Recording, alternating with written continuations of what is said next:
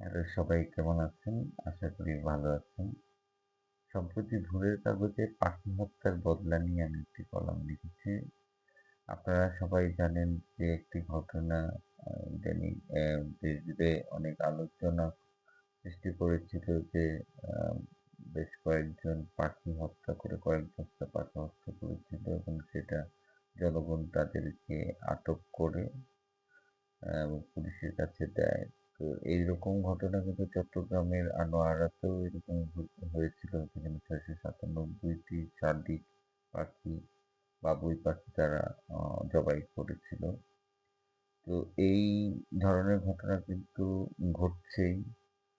এরকম বেশ কিছু পরিসংখ্যান এখানে দেখানো হয়েছে এবং তো প্রকৃতির কি প্রতিশোধ নেয় কিনা এই ক্ষেত্রে আমরা একটা আ উদাহরণ এখানে আমরা দেখিয়েছি যে চীনে উম চড়ুই পাখিকে ভাবা হতো যে এরা ফসল খাচ্ছে এবং ক্ষতি করছে।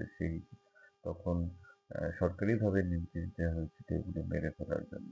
এবং সে সময় প্রচুর চড়ুই পাখি মেরে ফেলা হয়। তো এর প্রেক্ষিতে দেখা গিয়েছিল চড়ুই পাখি পরে যেটা দেখা যায় যে আ শস্য কীটপতঙ্গ আক্রমণ শুরু হয়।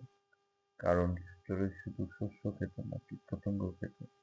যার ফলে কীটপতঙ্গটা বেড়ে যায় এবং এরপরে এমনও ঘটনা ঘটে দুর্ভিক্ষের মতো ঘটনা ঘটে যেটা অনেকটা বলা হয় যে একটা প্রজাতির বিলুপ্তি কিভাবে অ্যা প্রতিশোধ হিসেবে আসে, প্রকৃতির বদলা হিসেবে আসে। তো আমাদের দেশে যেভাবে বিভিন্ন প্রজাতির উপর আ হত্যা হচ্ছে, তো সেইটারও হয়তোবা কোনো প্র প্রকৃতির বদলা চলে আসতে পারে। সেই জায়গা থেকেই আমাদের এখনই সাবধান হওয়া দরকার।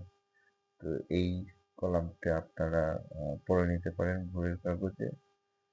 সে পর্যন্ত আ সবাইকে ধন্যবাদ।